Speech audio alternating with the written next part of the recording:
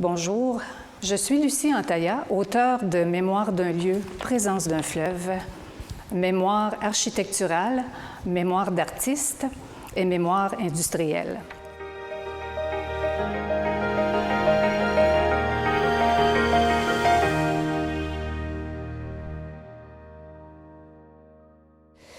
Il y a un attachement profond à Sorel. J'ai eu un grand-père capitaine qui nous faisait des jeux aquatiques. On se promenait en chaloupe, pique-nique en chaloupe.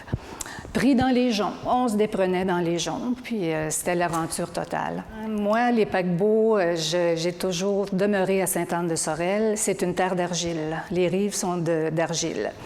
Et même toute petite, avec mon grand-papa capitaine, mon grand-papa paternel, quand un bateau, les bateaux ralentissent forcément parce qu'on arrive à un port, ou on part, mais lentement parce qu'on vient de ralentir au niveau de Sorel, et ça faisait un sur la terre d'argile. Puis là, il y avait une chanson. Des fois, on s'amusait. Qu'est-ce qu'il fait là? Où est le chat? Qu'est-ce qu'on va... Bon, puis c'était jazzé, et j'ai découvert avec joie, pas enfant, mais plus tard, j'ai découvert cet engouement pour le blues et le jazz que je compare à ces élans de navires-là, ces engins de navires-là. D'autre part aussi, le paquebot a besoin de prendre la mer. Et ça a amené un goût très tôt, un goût du voyage aussi, des mers du Sud, de la Méditerranée. Alors, oui, partir, Sorel, c'est le goût de l'aventure, le goût du départ, mais c'est l'accueil. C'est aussi l'accueil, l'entrée au Havre, une oasis aussi qu'on aime toujours beaucoup. Quand on est auteur, j'ai une trentaine de cahiers. Hein. On note, et ça suscite plein d'imagerie. Je dirais, d'entrée de jeu, un paquebot, une barge, choyée au confluent d'une rivière et d'un fleuve, un des plus grands du monde. Il faut s'enorgueillir de ça aussi.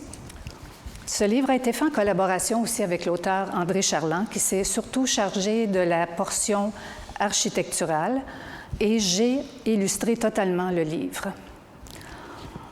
À ce propos, voici un extrait. Dans le domaine artistique et culturel, il semble que la région de Sorel ait depuis fort longtemps privilégié la musique, comme en témoigne un grand nombre de documents. Plusieurs musiciens belges habitent à Sorel à cette époque, ainsi les Bosman, Clément, De Questelier et Auguste Leesens apportent une impulsion nouvelle à la vie artistique. Parmi nos créateurs locaux, il est tout à fait opportun de signaler Charles Gill, figure marquante autant par l'expression de son art, à la fois peintre et poète, que par l'originalité de son caractère. Charles Gill naquit à Sorel le 21 octobre 1871 et son baptême a eu lieu à l'église Saint-Pierre.